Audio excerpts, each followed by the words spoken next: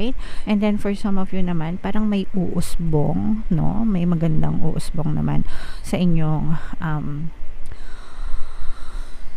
kaperahan, trabaho, negosyo, kung ano man yung source of income nyo, guys. And ito naman, bahagi ng inyong good karma. Parang magsisimula ng umusbong yung inyong good karma. Kasi yung karma, guys, parang pagtatanim yan, no? May bad karma, may good karma. Depende sa seed of your intentions. Depende sa buto ng mga intentions mo. Syempre, pag good intentions, good karma. Pag bad intentions, bad karma.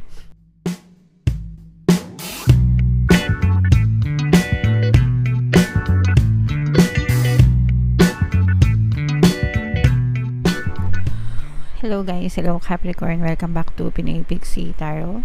Ang pamagat ng episode natin for tonight is mid-month kapalaran para ngayong March 16 to 31 para sa Capricorn, Sun, Moon, Rising, Sign, and Venus. General reading lang guys, pwede mag-resonate, pwedeng hindi. Combination ng positive and negative energy.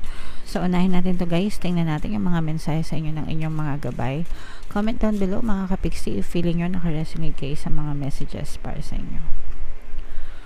So we have harmony. Meron tayong responsibility. And then meron din tayong connection mga kapiksi. So napakaganda ng messages para sa inyo guys. We have harmony and connection. Ibig sabihin nito guys, maganda, harmonious yung connection nyo, yung relationship nyo sa ibang tao, mga kapiksi. Ganun din sa inyong mga gabay, angel guides, spirit guides, sa divine mga kapiksi. So you are in a harmonious relationship guys. Pwedeng sa romantic relationship, ganun din, or sa non-romantic relationship like yung mga kaibigan, kapamilya, mga tao sa paligid, kasamaan sa trabaho, in general mga kapiksi. Okay? So, and yes guys, no, talagang dapat pinagtitibay natin yung magandang connection natin sa ibang tao, maayos ng pakikipag-usap, magandang pakikipag-usap mga kapiksi. Because at the end of the day, tayo yung magkakasama, tayo yung nagtutulungan guys. Alright? And of course, responsibility, mga kapigsi, no?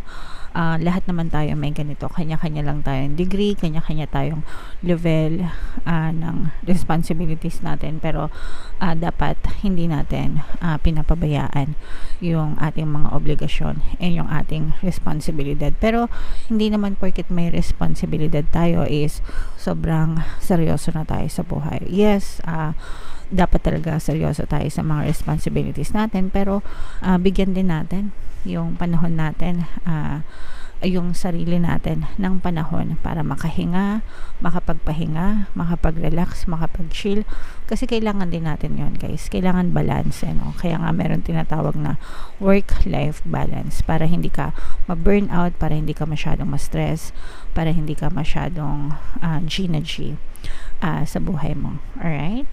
Okay, so yeah. Comment down below guys if feeling nyo nakaresonate kayo dyan sa mga messages na yan mga kapiksi.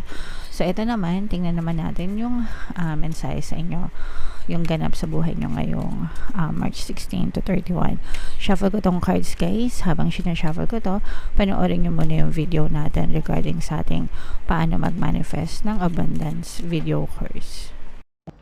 Kapiksi, sawa ka na ba sa mga struggles at hirap sa buhay mo? Masipag ka ba at masikap sa buhay ngunit hindi ka pa rin umaasenso? Ilang beses ka na bang nag-attempt magnegosyo at mag-invest pero palagi ka pa rin nalulugi? Sa pagkakataon na ito ay maaaring may subconscious beliefs ka na nagiging balakid sa iyong pag-unlad at pagyaman. Introducing, paano mag-manifest ng abundance video course. Dito ay matututunan mong ma-overcome ang mga balakid mo para tuluyan ka ng umunlad, umasenso, sumagana, maging matagumpay, successful at maswerte sa iyong kabuhayan, pera, trabaho, negosyo, salapi at kaperahan ng bonggang-bongga. Dali, mag-send na ng email sa pinoypixietarot@gmail.com at simulan na ang iyong pagyaman ngayon. Alright, so sabay-sabay tayong magpayaman ngayon 2024 mga kapiksi. Mag-avail na kayo ng course guys kasi sobrang ganda talaga niyan. And good news mga kapiksi, dahil ngayong March March 16 hanggang March 31 guys, meron tayong freebie. Magbibigay ako ng 1 free pampaswerte subliminal sa lahat na mag-avail ng course guys, kaya mag-avail na kayo mga kapiksi. Meron din tayong email coaching, manifest your desires using the law of attraction. If meron kayong mga specific na gusto nyo i-manifest guys, pwedeng love and relationship, pwedeng money or career, pwede kayo magpabook ng email coaching session with me. Mag-send lang kayo guys ng email sa pinoypixdaytarot@gmail.com. So, Capricorn guys, kayo ay represent ng King of Pents sa ating spread. Meron dito presence ng water sign, Cancer, Pisces, Scorpio.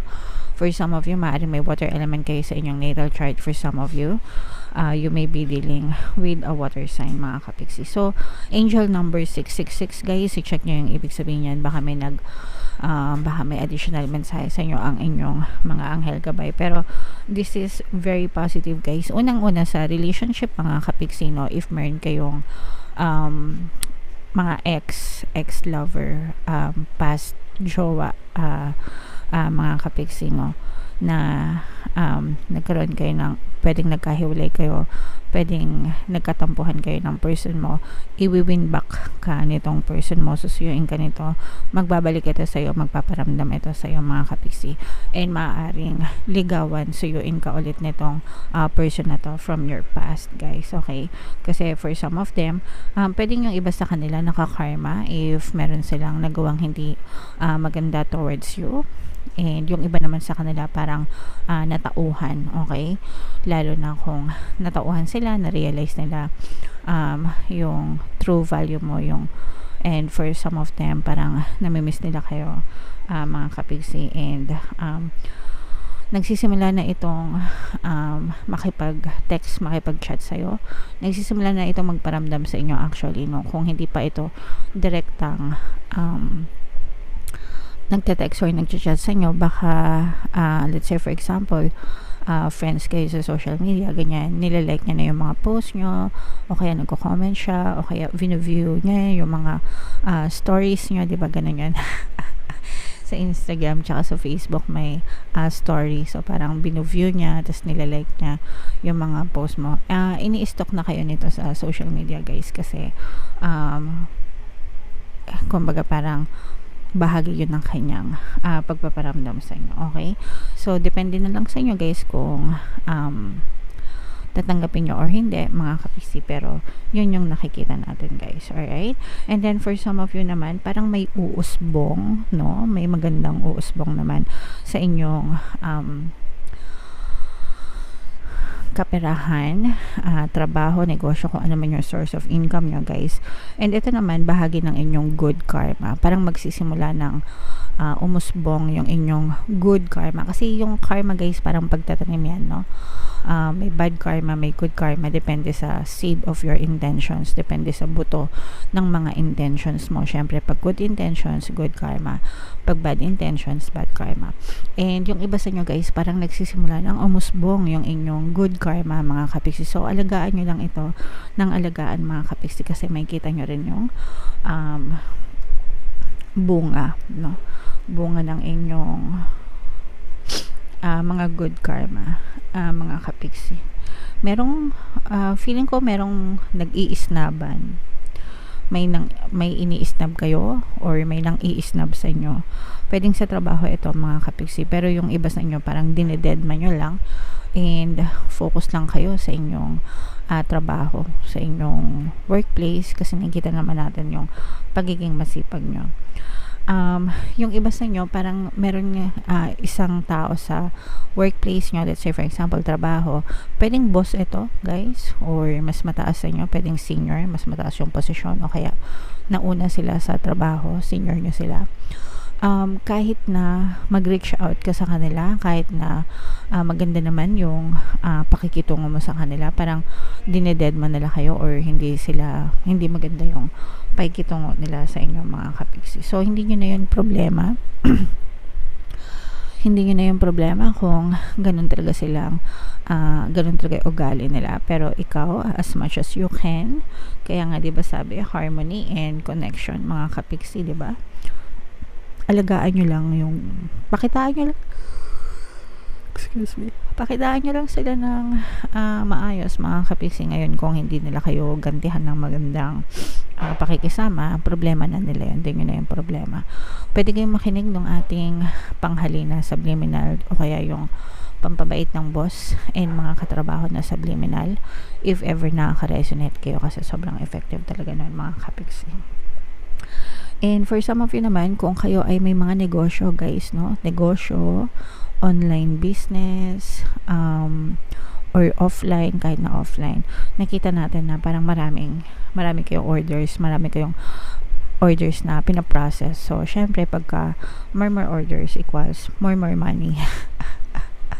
Mga kapiksi. Okay, so ito, very positive to, kaya i-mind nyo yan sa comment section mga kapiksi. Mind more sales, mind more money, mind more orders, yan, para talagang dumami yung inyong customer. Yung iba sa inyo guys, nagkakaroon pa ng mga referral, no?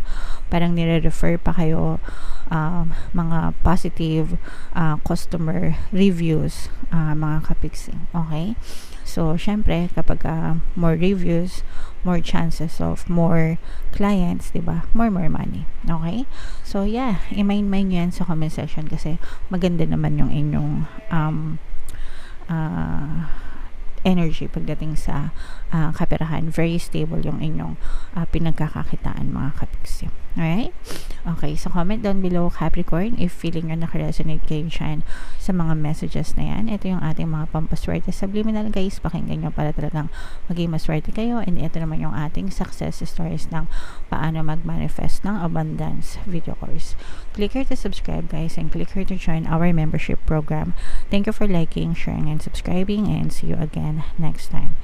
I love you all guys. Have a nice day. Bye-bye.